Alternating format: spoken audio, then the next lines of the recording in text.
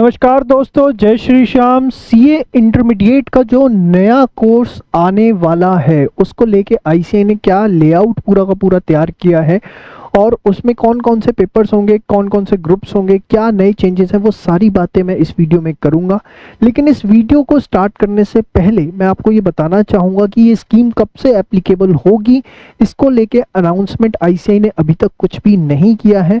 Second चीज़ मैं आपको बता दूं, जब भी ऐसा कुछ होता है कि नई चीज़ आती है तो फॉर द टाइम बिंग जो है ओल्ड प्लस न्यू कोर्स दोनों ही रन किए जाते हैं।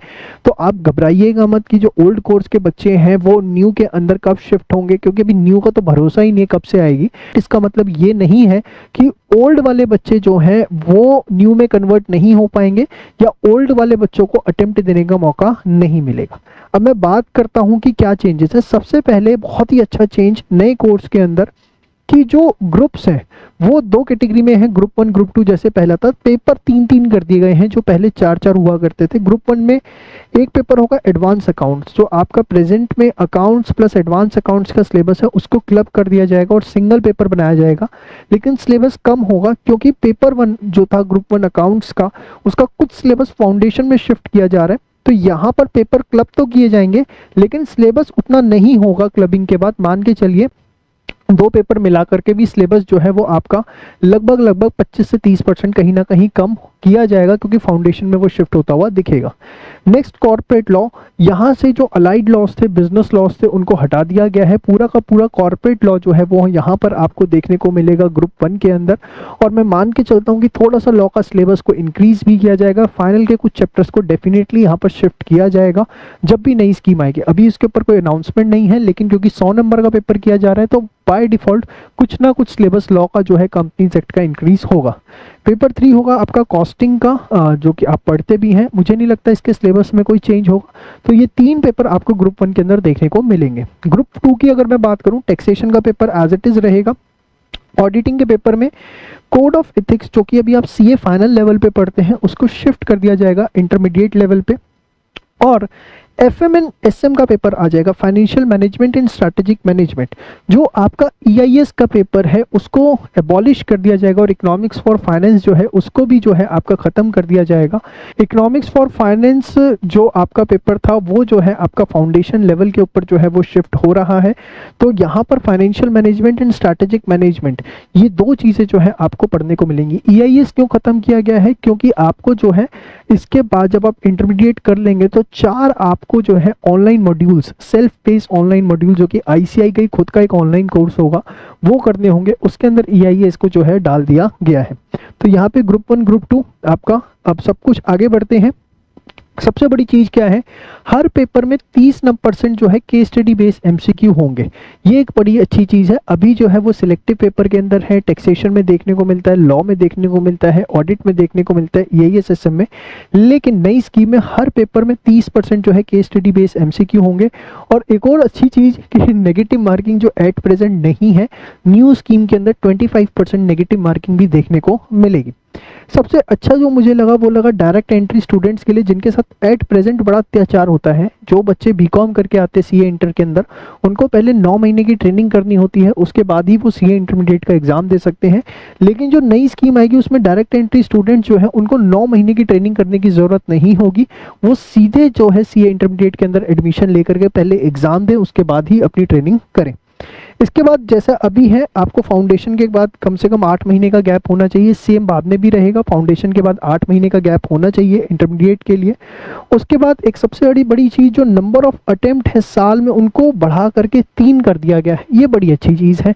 अब आपको 6 महीने का वेट करने की जरूरत नहीं। भगवान ना करे किसी का अटेम्प्ट रह जाता है तो 4 महीने बाद ही अगला अटेम्प्ट आपको आ जाएगा। मतलब रोने पीटने का भी समय नहीं मिलेगा, फटाफट पेपर होने वाले हैं। इसके बाद अगर मैं बात करूं, एक जो बड़ा अच्छा चेंज है कि ट्रेनिंग जो है आप तभी कर पाएंगे जब आपके बोथ ग्रुप्स क्लियर हो जाएंगे। अभी ये होता है कि आप एक ग्रुप क्लियर करें तो आपके पास ऑप्शन होता है आप ट्रेनिंग स्टार्ट करना चाहें तो, लेकिन नई स्कीम के अंदर ट्रेनिंग आप तभी शुरू कर पाएंगे जब आप बोथ ग्रुप्स क्लियर कर लेते हैं। ट्रेनिंग कितनी रहेगी, 2 साल की ट्रेनिंग रहेगी। उसके बाद 6 महीने का आपको स्टडी पीरियड का गैप मिलेगा, तब आप फाइनल के एग्जाम्स जो है दे पाएंगे। अभी एट प्रेजेंट ये होता है 3 साल की ट्रेनिंग होती है। जनरली बच्चे क्या करते हैं 2.5 साल के बाद ही ट्रेनिंग में अप्लाई कर देते हैं लीव के लिए, फिर वो 6 महीने तैयारी करते हैं, किचकिच होती है प्रिंसिपल के साथ। उन्होंने सबसे बढ़िया कि 2 साल की ट्रेनिंग, आराम से 6 महीने घर बैठो, फिर फाइनल के एग्जाम दो। और इसी ट्रेनिंग के दौरान आपको 4 सेल्फ पेस्ड ऑनलाइन मॉड्यूल्स पढ़ने हैं, जिनका कुछ एग्जाम भी होगा, जिसमें EIS डाल दिया गया है, कम्युनिकेशन डाल दिया गया है, एक इंटरनेशनल लेवल का करिकुलम इसमें थोड़ा सा डिज़ाइन किया गया है, और 2 ट्रेनिंग्स जो कि कम्युनिकेशन से रिलेटेड होती है, IT से रिलेटेड होती है, वो आपको करनी होंगी। जो सबसे बड़ा बदलाव देखने को मिलेगा ना एग्जामिशन को रिलेटेड, वो क्या है, बड़े ध्यान से देखिएगा।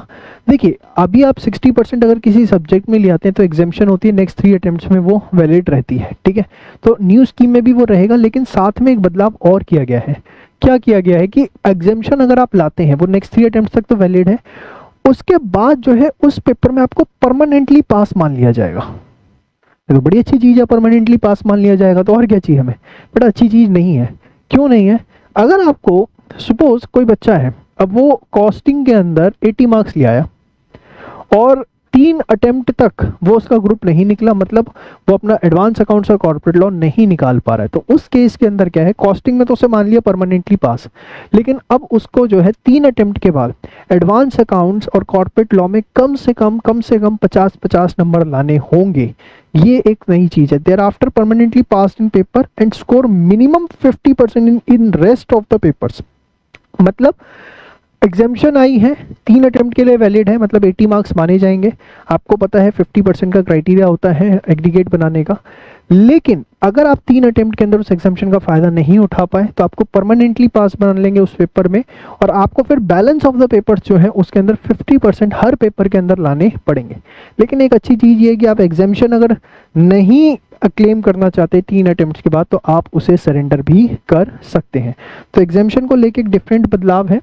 ओवरऑल सर क्या आपका क्या ओपिनियन है? अच्छा बदलाव है, बदलाव आते रहने चाहिए। चेंजेस जो है समय के साथ करने बहुत ज़रूरी होते हैं। थोड़ा कहीं ना कहीं बच्चों के ऊपर प्रेशर कम होगा। स्कीम जो है सिंप्लीफाई की गई है। सिलेबस में कोई एज सच बिग चेंज नहीं है, ये छोटे मोटे चेंजेस हैं, होते रहते हैं, लेकिन इसकी वजह से घबराने की ज़रूरत नहीं है। आप अपनी पढ़ाई जिस तरीके से कर रहे हैं वो करते रहिए। ये प्रपोज्ड चेंजेस हैं ICAI की तरफ से, जब भी आएंगे दोनों हाथों से वेलकम है उसका, और उस हिसाब से सारी चीज़ें आपको वक्त वक्त पे हमारे चैनल पे बताई जाएगी। घबराइए मत, अभी आप एकदम अपने ओल्ड वर्जन के हिसाब से एब्सोल्युटली तैयारी करते रहिए। ये नई स्कीम कब आएगी, किन बच्चों के लिए एप्लीकेबल होगी, इस पर अभी कोई स्पष्टता नहीं है। जब भी आएगी आपको डेफिनेटली उसके बारे में इन्फॉर्म किया जाएगा। बाय बाय, टेक केयर, जय श्री श्याम।